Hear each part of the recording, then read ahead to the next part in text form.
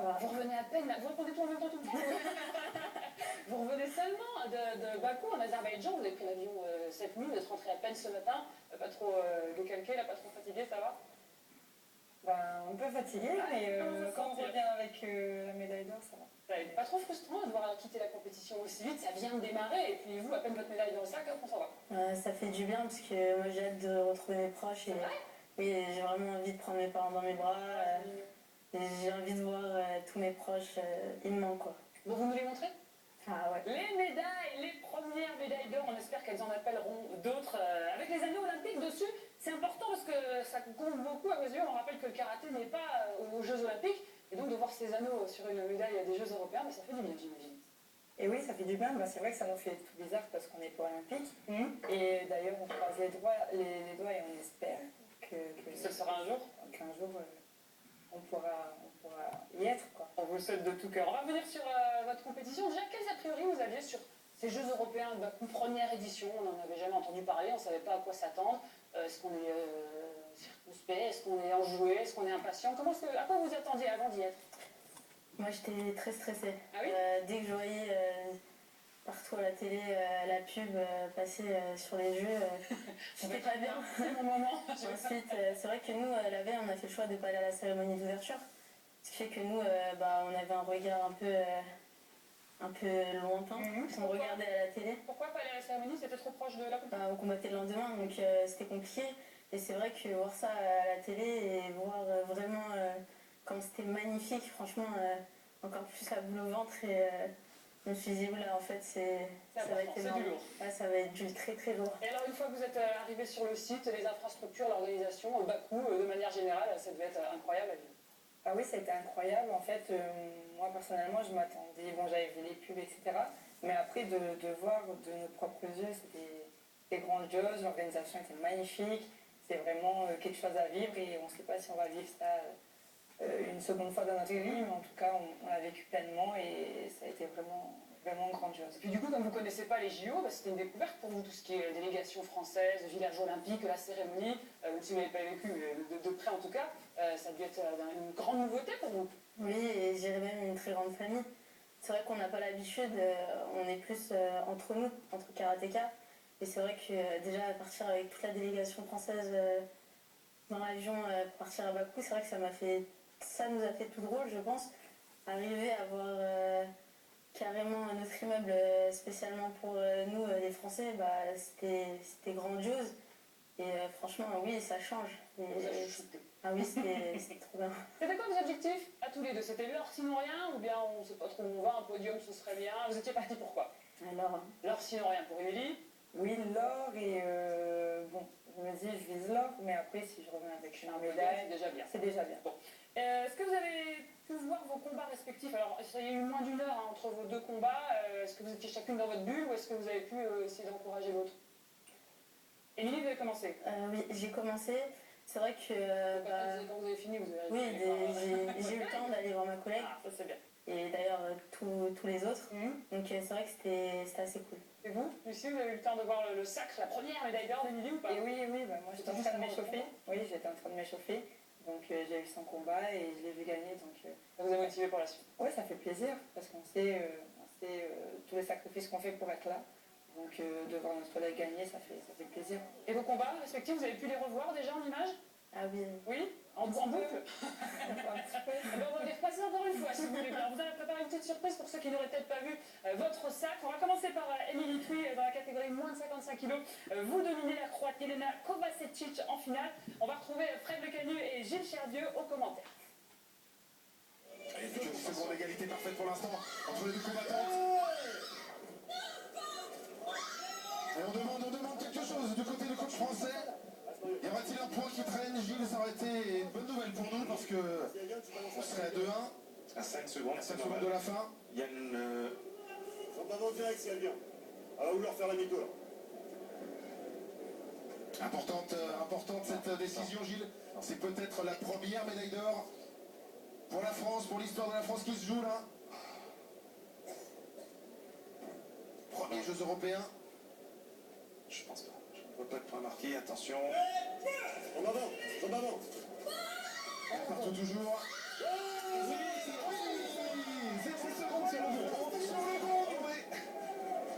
Tu vas dire la médaille? Oui, c'est bon, première médaille. Elle remporte ses Jeux européens, c'est la première médaille d'or. Elle rentre dans l'histoire du sport en remportant sur le gong les Jeux européens à Bakou.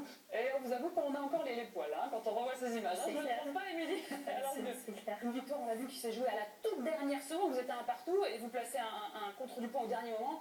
Vraiment, scénario plein de suspense là pour vous. Ouais, un très beau scénario, parce que c'est vrai que la catégorie est très relevée et ça joue vraiment à la tactique. Et c'est vrai qu'en revoyant le combat, je me dis, ah ouais, franchement, j'ai bien vu l'ouverture au bon moment et j'ai vraiment eu de la chance. Alors vous dites catégorie relevée, mais finalement quand on regarde le parcours, on a l'impression que ça a été un peu facile pour vous, un peu finger in the nose. Bah, alors je sais pas, 7-0, 3-0, 6-1, il n'y a que la finale finalement où c'était très serré. Je pense que c'est le stress qui a joué. D'ailleurs, je me souviens plus de mes combats. Je sais plus Sans du tout combat, ce que, la finale. oui, je sais plus du tout ce que j'ai fait. À part la finale et la demi que j'ai pu revoir. Sinon, je sais plus quelle technique j'ai mis. Je sais plus rien. Je me souviens plus de rien. Vous aurez le temps de vous en souvenir. En tout cas, vous apportez la première médaille d'or à la France dans ces Jeux. Ça compte, c'est quelque chose qui marque. Hein. J'imagine que vous devez en être aussi très fier. J'en suis très fière, surtout quand le ministre des Sports vient nous voir en personne et vient clairement nous l'annoncer qu'on est la première médaille de la délégation. Et là, on commence à prendre conscience que, ah oui, Il s'est passé quelque chose. j'ai réalisé un rêve. Et vous avez ouvert le compteur bleu et vous avez ouvert la voie à votre collègue. Moins d'une heure plus tard, donc c'est à votre tour, Lucie Ignace, en moins de 61 kg de remporter la médaille d'or. On vous rappelle, c'est important qu'elle a changé de catégorie. Vous étiez championne du monde en 2012, moins de 55 kg. Et là, cette fois, plus de doute. Vous avez bien fait de changer de catégorie. Je crois que c'est clair. On va regarder votre finale? Oui. Vous l'avez vu, vous aussi? Moi, je l'ai vu Un petit bout. un petit peu. Vous voulez revoir à nouveau la chair de poule? Je veux bien. Alors on y va, votre finale face à la Turque, Merv Cohen. On retrouve toujours Xavier Richefort et Gilles Chardy au commentaire. Attention, étoile. On est bien en finale, peut-être une médaille d'or dans quelques instants, 30 secondes encore et pour l'instant un partout. La Française qui doit accélérer peut-être dans cette dernière partie de match. Attention, cette jambe là qui se lève, attention, il va falloir aller au bout. Oui. Attention à la défense au sol, attention à la défense au sol. Pas de point de marqué, pas de point de marqué. Mais Lucie fait preuve d'autorité quand même, hein. Elle fait preuve d'autorité, elle est petite. Je vois pas ce qu'on lui reproche. La sortie peut-être. Allez, 20 secondes, allez, c'est pas mal, attention à ça.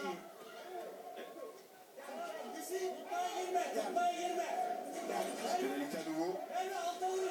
Saisie à deux mains. Allez, 18 secondes. Normalement, elle est devant la Française peut-être à l'arbitrage. Parce qu'elle a été offensive. Allez, attention. Attention à Coman qui va tout donner peut-être dans les dernières secondes. 10 secondes encore. La Française qui peut remporter. Elle aussi ce titre. Attention à ça. Ouais, frappe fort là. Non.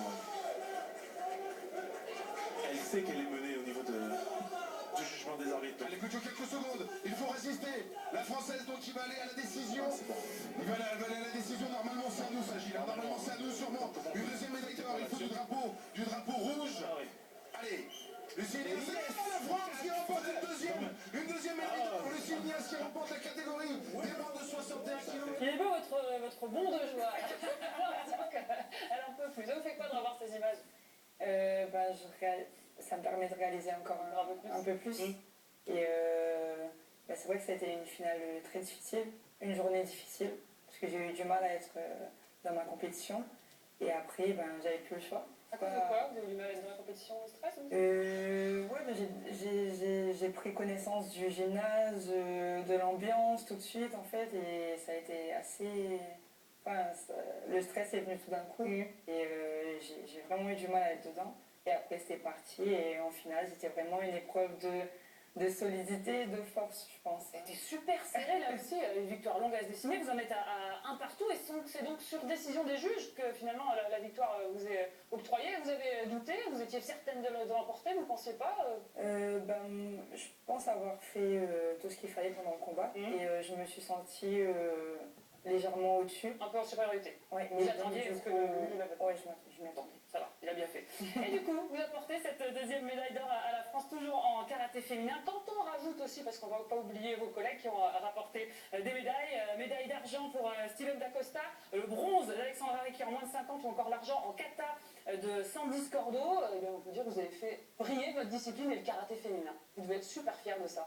Non seulement en plus de vos médailles personnelles, je veux dire, de faire parler autant de votre sport d'entrée de jeu, c'est parfait. C'est une fierté, hein, surtout qu'on n'est pas olympique, donc ça prouve qu'on a les crocs et que comme tous les autres sports, on se bat pour aller chercher l'or, tout simplement. Et que ça mériterait peut-être d'être olympique. Petit message. On l'espère. En revanche, vous avez complètement volé la vedette avec Kenji Grillon. Alors, notre Kenji Grillon national, champion d'Europe, champion du monde, multiple champion de France, on le rappelle, qu'on doit annoncer comme grand favori, qui allait écraser la compétition, éliminé d'entrée de jeu, ça a dû vous faire un sacré choc quand même pour toute l'équipe quand on voit que son leader est déjà éliminé. Bah oui, ça a fait un sacré choc. Et après, on en a un peu discuté avec lui et c'était vraiment une compétition spéciale, justement, un état d'esprit à avoir. Et forcément, quand on pense à l'après-compétition, c'est assez compliqué. Il faut vraiment prendre combat après combat et adversaire après adversaire. Donc voilà. Mais je pense qu'il va revenir. Oui, que vous avez bien fait. Il vous pardonnera de lui avoir volé la vedette, ne serait-ce que pour une compétition. Remontrez-nous ces belles médailles d'or. Alors, vous êtes toutes les deux déjà championnes d'Europe en titre. C'était à Istanbul, c'est ça, au mois de mars ? Oui, c'est bien ça. Du coup, ça change quoi pour vous? C'est double championne d'Europe, c'est un autre titre de championne d'Europe. Il a une autre saveur, ce titre, pour vous? Comment vous le sentez? Moi, je dirais une confirmation des championnats d'Europe. C'est mieux? C'est mieux qu'un titre de championne d'Europe? C'est en dessous, c'est pareil? C'est au-dessus. Hein. C'est au-dessus, on dirait. Oui. Ah, Une confirmation, mais au-dessus, puisqu'on était 8 sélectionnés dans la catégorie, les 8 meilleures européennes. Donc du coup, confirmer sur cet événement-là, c'est vraiment quelque chose d'important. Et on pourrait même viser un triplé maintenant, puisqu'il y a d'autres championnats d'Europe qui arrivent bientôt. Ce sera au mois de mai 2016, à Montpellier en plus, à domicile. Et là, il va falloir briller, les filles. Vous avez 2 titres à défendre, mais attention. Il va falloir. Pour le moment, je pense qu'on va prendre surtout des vacances. Non, on se repose, on enchaîne. Parce que c'est vrai qu'on a eu une saison assez conséquente. Donc je pense que là, on va prendre un peu de repos et après, on va repartir sur de bonnes bases pour aller chercher, on espère, l'or à Montpellier. Encore de l'or à Montpellier, puis après il y aura même les mondiaux dans la foulée, mais on a le temps, et on va prendre le temps. Et vous féliciter encore une fois pour ces belles médailles. Merci beaucoup Émilie Touy, Lucie Ignace d'avoir apporté ces 2 médailles d'or à la France. Vous espérez qu'il y en aurait d'autres, qu'il va y en avoir d'autres pour que ça aille mieux pour la France, ou bien vous espérez rester les 2 seuls médaillés d'or de toute la compétition? Non, on espère que la France va remporter encore plein de médailles. Ça va, c'est fair play. Et oui, on est une équipe, hein, on n'est pas... C'est pas un sport individuel. L'esprit olympique, c'est bien. Merci beaucoup à toutes et deux en tout cas d'avoir été avec nous. On vous souhaite plein de médailles, plein d'autres médailles d'or pour les autres compétitions à venir. Et dans un instant, on va recevoir un autre médaillé d'argent cette fois. Emmanuel Le Besson, le pongiste, l'un des héros de l'équipe de France de tennis de table masculine, qui a ramené l'argent donc hier en finissant deuxième, en terminant et en s'inclinant, je vais y arriver, face au Portugal. Mais avant cela, je vous propose de revenir un petit peu de canoë-kayak. C'était du côté de Bakou, toujours avec notre compétition, le K1 200 mètres. On va s'intéresser aux femmes et à Sarah Guyot. On va retrouver aux commentaires Grégory Petitjean et Philippe Collard. Merci les filles. Merci à vous.